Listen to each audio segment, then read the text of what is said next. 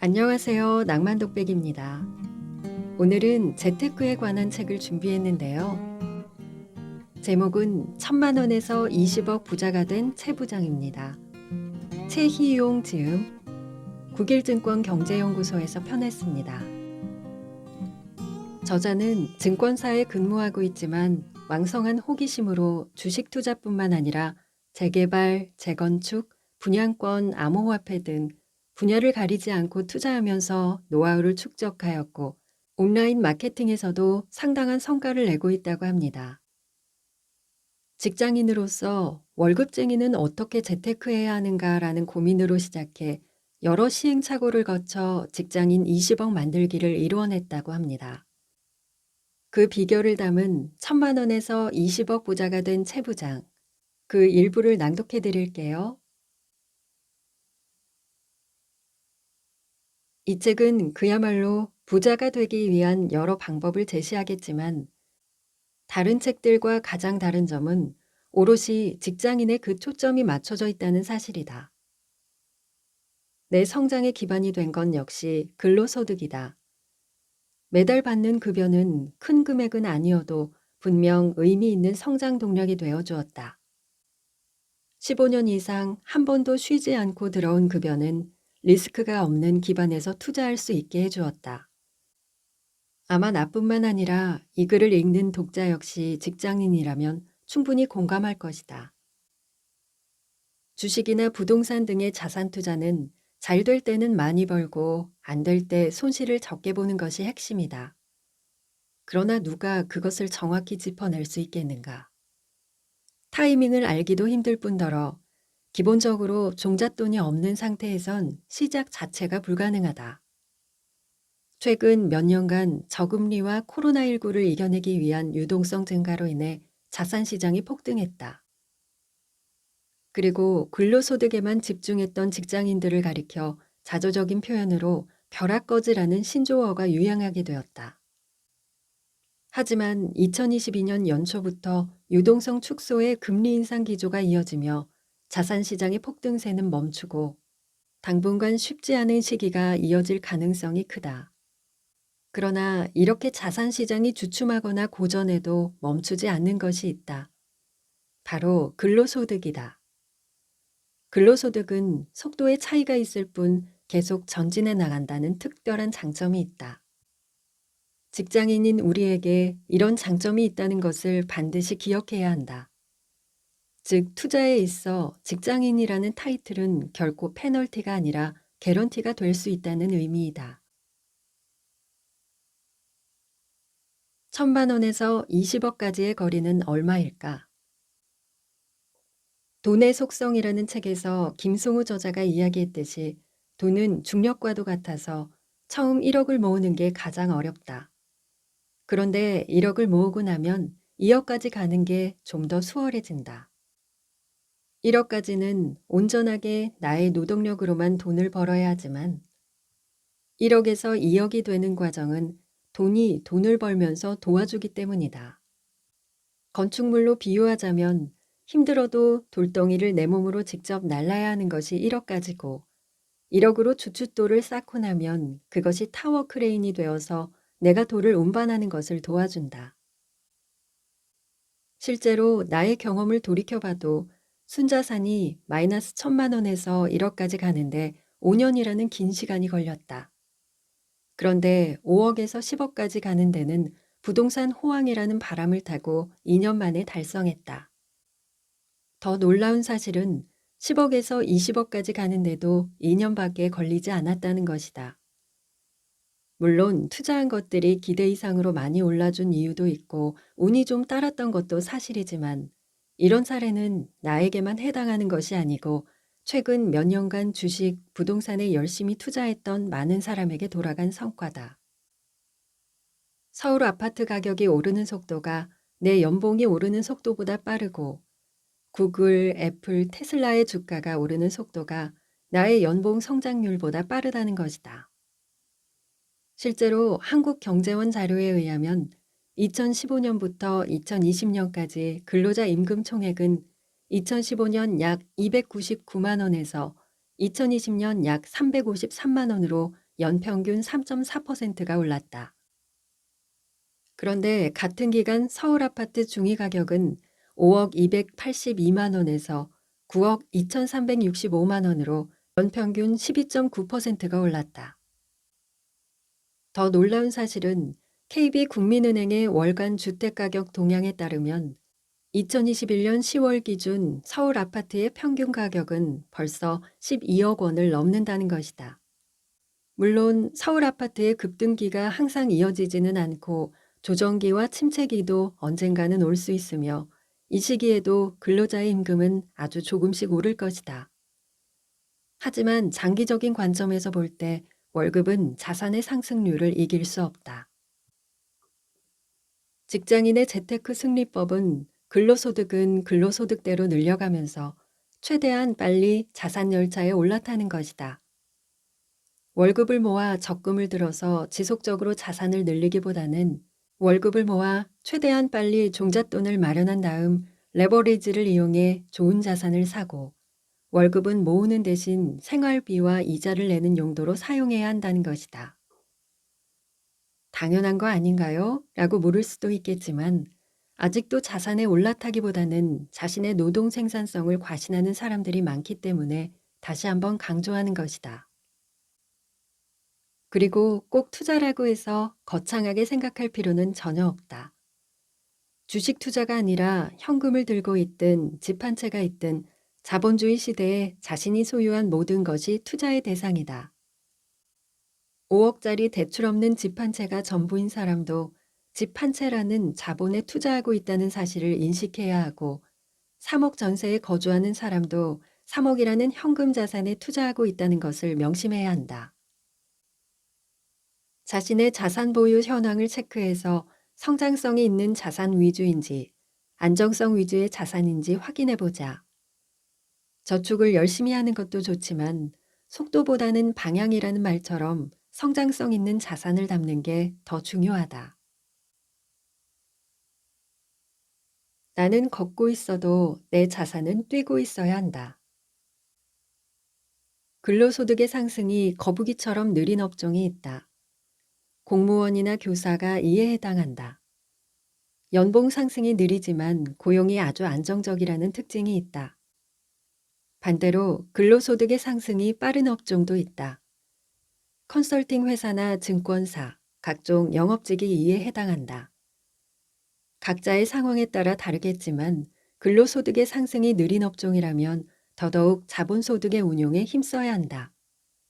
자신의 근로소득이 거북이처럼 느려도 자신의 자산소득은 토끼처럼 뛰게 해야 한다는 것이다. 열심히 한다고 해서 소득이 올라가지 않는 업종이라면 조금 더 재테크에 비중을 둘 수 있을 것이고 열심히 하는 만큼 그 성과에 대한 보상이 있는 업종이라면 먼저 근로소득을 높여서 레버리지 효과를 극대화하는 것도 중요하다. 결국 직장인의 20억 만들기는 근로소득의 탄탄함, 저축과 신용의 활용 능력에 달려 있다. 직장 생활을 열심히 해서 승진도 하고 연봉도 올리면서 자신의 자본과 저축과 대출이라는 부채로 최대한 재테크 성공을 하는 것이 핵심이다. 왜 한국에서는 부동산 투자가 최고의 재테크인가? 2022년 1월 현재 나는 서울의 재건축, 성남의 재개발, 평촌의 오피스텔 분양권, 지방의 아파트 등 여러 채의 투자 물건을 보유하고 있다. 부동산 전문 투자자들이 보기엔 대단치 않은 수준이지만 10년 전 보증금 1,000만 원에 월세 55만 원짜리 15평 아파트에 살던 때를 생각해 보면 엄청난 발전이다. 그리고 이 발전은 아직 완성이 아니라 현재 진행형이다. 여기서 중요한 건 내가 부동산으로 이렇게 돈을 벌게 될 줄은 전혀 몰랐다는 사실이다. 그리고 부동산은 확실히 한국에서는 중요한 재테크 수단이다. 사람을 낳으면 서울로 보내고 말을 낳으면 제주도로 보내라는 속담이 있다. 이를 조금 바꿔서 이야기한다면 미국에서 재테크를 하려면 주식을 사고 한국에서 재테크를 하려면 부동산을 사라가 될 것이다. 실제로 대한민국의 부동산 사랑은 남달라서 통계청 자료에 따르면 1가구 기준으로 보유 자산의 75% 이상이 부동산으로 구성되어 있다. 실제로 부자가 된 사람 중 주식으로 돈을 번 사람들보다 부동산으로 부를 증식한 사람들이 압도적으로 많다. 한마디로 대한민국은 부동산 없이 부자 되기는 정말 힘들다. 적금과 절약으로는 꿈쩍도 하지 않았던 재산이 서울, 수도권, 광역시에 실거주 한 채의 아파트를 등기를 치는 순간 꿈틀거리기 시작해서 드디어 재테크의 열차가 달리기 시작하는 것이다. 최근 대한민국의 부동산 강세는 여러 이유가 있지만 가장 큰 이유는 자산 인플레이션 효과다. 역사적으로 부동산은 인플레이션에 강하다. 아무리 통화량이 늘어도 입지가 좋은 곳은 한정되어 있기 때문에 정부의 화폐 발행으로 인한 인플레이션을 피해갈 수 있다. 조금 어려운 말로 새누리지, 즉 국가는 발권력을 동원해서 돈을 찍어낼 수 있기 때문에 주조 차익을 얻으려는 유혹에 끊임없이 빠진다. 정치인들은 인기를 얻기 위해 이슈가 있을 때마다 돈을 찍어내서 푸는데 이를 말릴 사람들은 없다. 이런 일이 점점 심해질수록 현금성 자산을 들고 있는 사람들은 점점 그 구매력이 줄어들게 되는데 그것을 방어해 주는 것이 부동산이다. 유명 부동산 강사인 아기곰님의 이야기 중 부동산은 자산을 담는 그릇이라는 문구가 있는데 말 그대로 대한민국에서 부동산은 직장인은 물론 부자들의 보물을 담는 창고 역할을 한다. 당신에게 갑자기 100억 원이 생긴다면 어떻게 할 것인가? 일단 꼬마 빌딩 하나를 사고 강남 아파트를 하나 산 다음 주식과 채권, 예금의 금융자산을 일부 구성할 것이다. 그리고 나서 좋은 차를 한 대 사고 약간의 플렉스를 즐기는 것이 대다수 직장인의 생각일 것이다. 반면 100억 원을 현금으로 쥐고 있겠다. 전부 주식을 하겠다 등 이런 이야기를 하는 사람은 없다. 실제로 과거에는 연예인들이 큰 돈을 벌면 사업을 했지만 지금은 서울의 빌딩을 산다.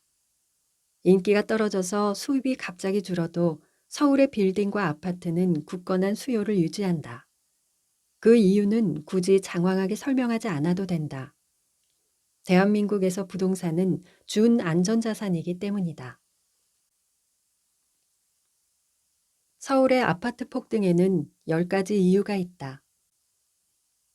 서울의 집값은 6.25 전쟁 이후 항상 우상향해 왔다.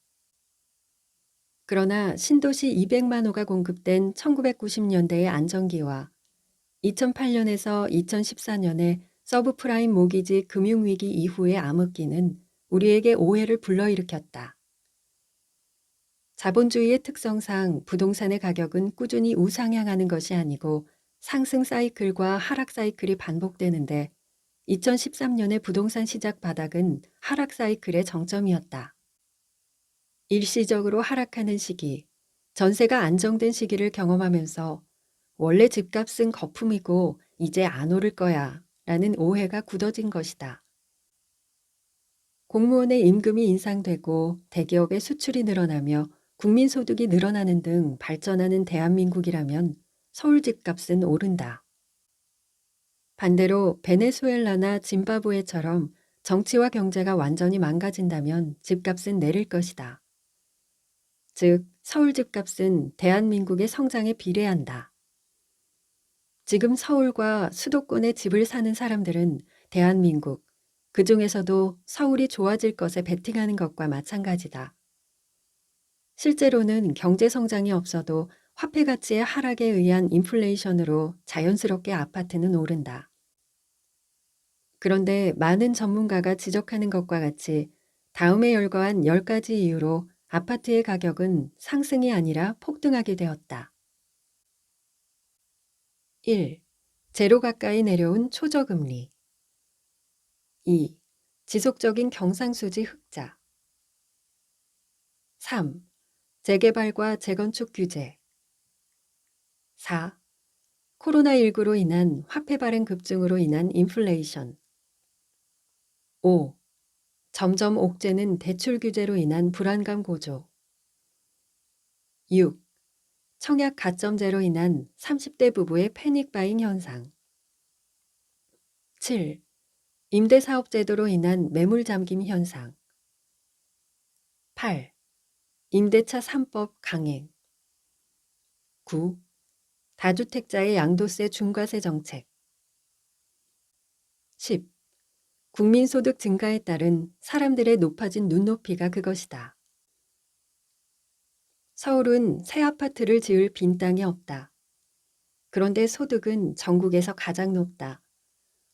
소득이 높은 만큼 신축 아파트에 대한 수요가 매우 높기 때문에 강남이 아니라고 해도 이제는 어떤 지역이든 역세권 신축 34평 대단지 아파트는 10억을 훌쩍 넘는다. 더구나 소득 수준이 높아지면서 집을 보는 눈높이도 10년 전, 30년 전에 비해 비교도 할 수 없이 높아졌다. 그러나 눈높이에 맞는 신축 아파트는 각종 규제로 인해 점점 줄어간다.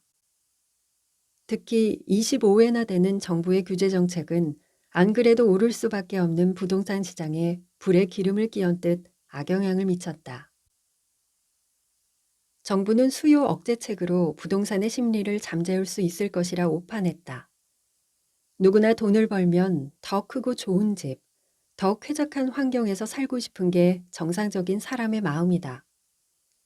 그런데 사람들이 원하는 아파트는 점점 귀해지고 내 집이 될 가능성이 없어 보이니 매물은 씨가 마르고 가격은 폭등한다. 국민소득 3만 불 시대의 눈높이에 맞는 신축 아파트는 수도권에서 점점 귀하고 희소성이 생기니 그에 걸맞는 프리미엄을 주고서라도 사려고 한다. 이것이 과연 거품일까? 거품과 프리미엄은 다르다. 거품은 시간이 지나면 꺼질 수밖에 없지만 프리미엄은 고소득 시대가 되면서 더욱 높아진다. 학생들이 가고 싶은 대학교가 정해져 있는 것처럼 직장인들이 원하는 아파트는 정해져 있다. 역세권이면서 학군이 좋은 대단지 신축 브랜드 아파트다.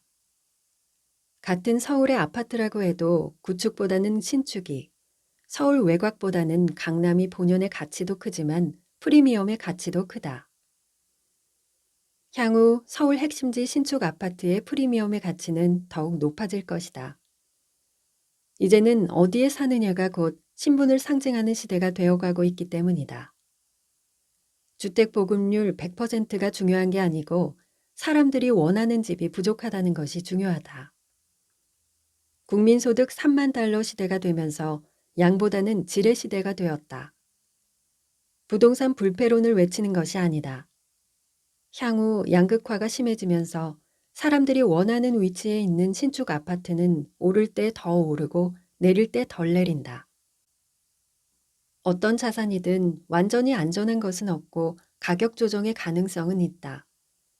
그러나 이런 상황이 이어진다면 당분간 부동산의 강세는 이어질 것이다.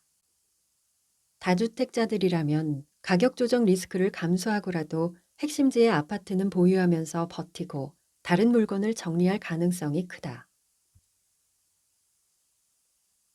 서울 아파트 폭락의 6가지 조건. 1. 서울 내 아파트의 엄청난 대량 공급. 하지만 그린벨트를 푸는 것도 반값 아파트를 공급하는 것도 재건축 재개발 규제를 완전히 없애는 것도 여러 가지 정치적 이유와 복잡한 이해관계로 인해 현실적으로 불가능하다. 2. 양도소득세 중과 폐지. 부동산 경기가 나쁠 때는 다주택자를 장려하는 정책을 내고 집값이 폭등할 때는 다주택자들이 문제라며 비난받게 되는 현상이 반복되어 온 게 한국 부동산 정책의 현주소다. 경기가 안 좋을 때 집을 추가로 더 살 여력이 있는 것도 다주택자들인 경우가 많다. 그러니 이들을 이용해서 경기를 부양하려는 것이다. 언젠가 주택시장의 깊은 침체기가 온다면 역사는 반복된다고 다시 양도소득세 중과 폐지 정책이 나올 가능성도 있다.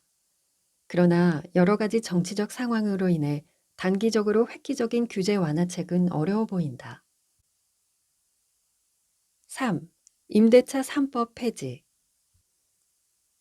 세입자의 실거주를 보호하고 급격한 임대료 인상을 막겠다는 정권의 취지는 좋았지만 결과는 그 반대였다. 임대차 3법의 강행은 집주인들의 불안감을 자극해서 전세 매물을 없애는 정책으로 이어졌고 전세 가격의 폭등을 만들어냈다. 전세가가 오르면 매매가는 자연히 오른다. 전세가는 원래 자연스럽게 화폐가치 하락으로 인해 조금씩 오르는 게 정상이다. 그러나 최근 임대차 3법의 부작용으로 전세가는 유례없이 엄청나게 폭등했다. 5년치의 전세금 상승과 같은 금액이 불과 임대차 3법 1년 만에 올랐다. 세입자들 모두 이사를 가지 않으려고 하고 전세 매물이 귀해지니 같은 아파트 단지 내에서도 계약갱신권을 쓴 전세가와 신규 전세가가 2배 가까이 차이 나는 현상까지 벌어졌다. 이런 상황은 임차인들의 주거 안정성을 크게 해치게 되었다. 전세가가 장기적으로 안정된다면 집을 사지 않으려는 사람들이 많다. 부동산 폭락론을 믿어서든 대출을 받고 싶지 않아서든 청약가점을 모으려는 이유에서든 집을 살 수 있지만 집을 사지 않는 사람들이 전세의 수요자인 것이다.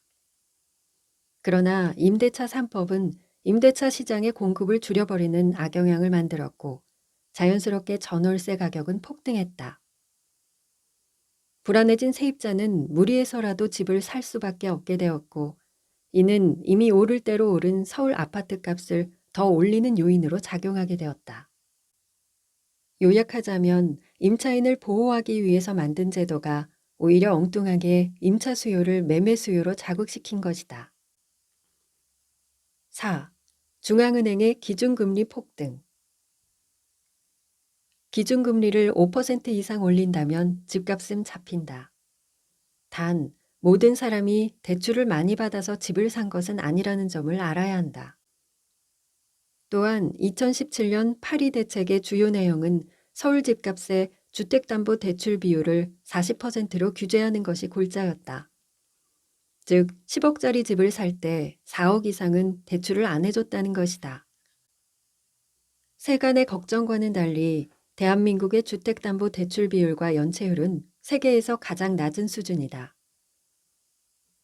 역사적으로 대한민국의 집값은 금리와 그다지 동행하지 않았고 2003년에서 2007년까지 주택가격이 상승할 때도 금리는 상승 추세였다.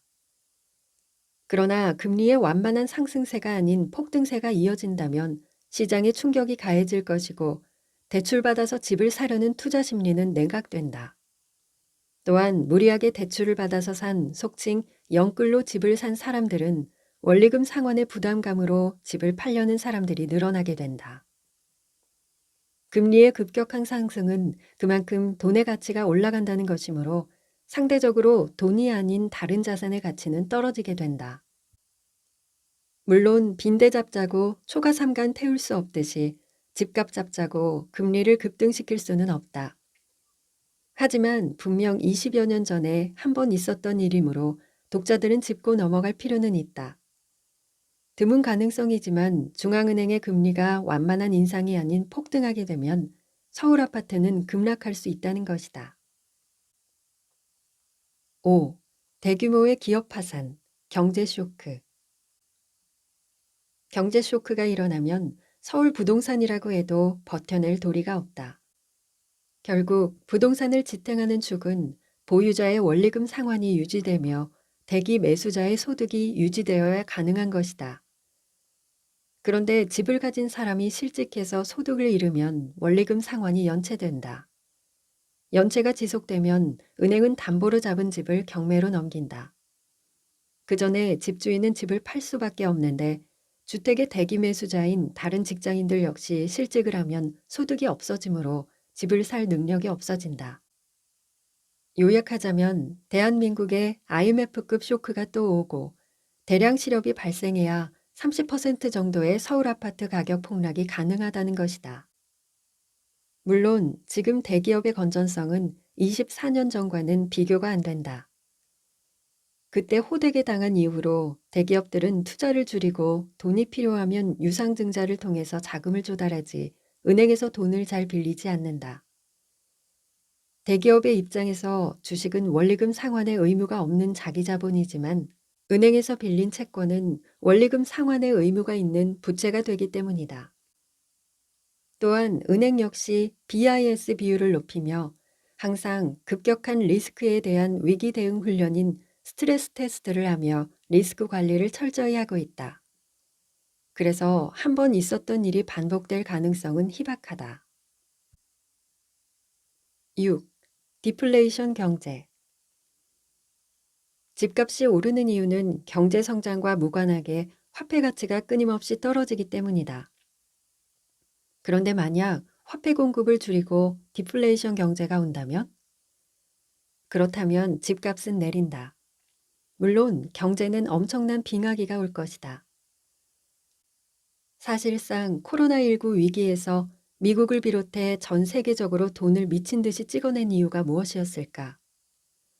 그것은 디플레이션을 예방하기 위해서였다는 점을 곱씹어 볼 필요가 있다.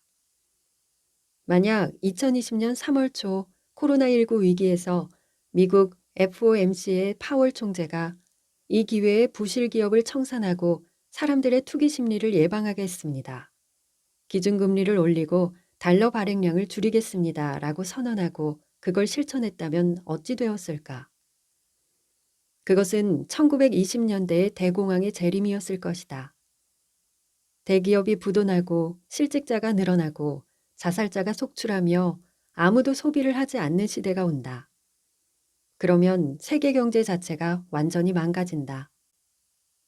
이미 100여 년 전 미국과 30년 전 일본에서 한번 경험해 본 일이다. 그것을 알기 때문에 세계의 중앙은행 총재들은 다 같이 합심해서 돈을 엄청나게 푼 것이다. 즉, 디플레이션 경제는 현 통화제도에서 올 수가 없다. 인플레이션은 금리 조절을 통해서 비교적 쉽게 조절이 가능하지만 한번 디플레이션이 오면 그것을 빠져나오기 위해서는 엄청난 고통과 피해가 예상되기 때문이다. 폭등보다 폭락이 어렵다면 어떤 선택을 할 것인가?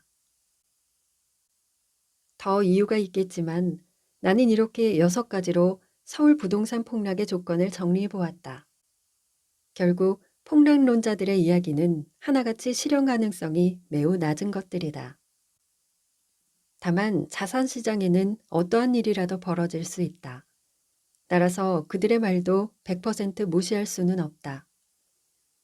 1997년 IMF 외환위기를 예측할 수 있었다면 모든 자산을 정리하고 달러 자산을 들고 있었을 것이다. 또한 2008년 금융위기를 예측할 수 있었다면 주식을 미리 팔고 바닥에서 줍줍이 가능했을 것이다. 부동산의 불황 역시 미리 알고 있었다면 부동산 바닥의 절정이었던 2013년에 여러 채를 사서 임대사업자를 등록했을 것이다. 우리는 이미 지나간 과거를 정확하게 알고 있다. 그러나 미래를 예측하는 것은 누구도 불가능하다.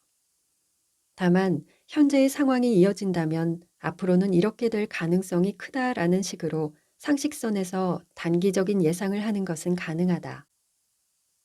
지금과 같은 규제책이 이어진다면 그 폭은 줄어들지언정 서울 아파트 가격의 상승 여지는 아직 있다고 본다. 반복되는 이야기지만 사람들이 원하는 아파트 공급이 서울에서 점점 줄어들기 때문이다. 또 한국의 수출은 여전히 사상 최고치를 기록하고 있고 주택담보대출의 연체율은 매우 안정적이며 가장 중요한 서울 내의 대규모 아파트 대량 공급의 신호는 요원하다. 3기 신도시 역시 아무리 빨라도 2026년은 되어야 입주가 가능할 것이다. 여전히 서울 아파트는 전국의 모든 사람이 원하는 아이템이다. 한국의 경제 발전은 많은 달러 자산의 유입을 의미하고 그것은 곧 서울 아파트의 대기 매수세가 강해진다는 것을 의미한다. 결국 서울 아파트는 대기 수요가 탄탄해서 투자 수요와 실거주 수요가 강한 자산이다. 또한 투자 자산뿐 아니라 가치 저장의 수단으로서도 훌륭한 자산으로 어지간한 악재가 오지 않는 한 폭락은 어렵다. 물론 지나치게 과열된 상황에서 속칭 영혼까지 끌어모아서 아파트를 사라는 것은 아니다. 자신이 감당할 만큼의 능력에 맞는 범위 내에서 자가든 투자든 가능한 것이지 무조건 빚내서 투자하다가는 쪽박을 찰 수밖에 없는 것이 냉엄한 현실임을 잊지 말아야 한다. 낭독할 수 있는 범위가 정해져 있어서요. 부동산 편을 읽어드렸는데요. 도움이 되셨으면 좋겠습니다. 이외에도 주식편, 은퇴자산 편에 대한 내용이 있으니까요. 책으로도 도움받으셨으면 좋겠습니다. 오늘도 함께 해주셔서 감사해요. 당신의 생각이 머무는 글 속에서 당신을 기다리는 낭만독백이었습니다.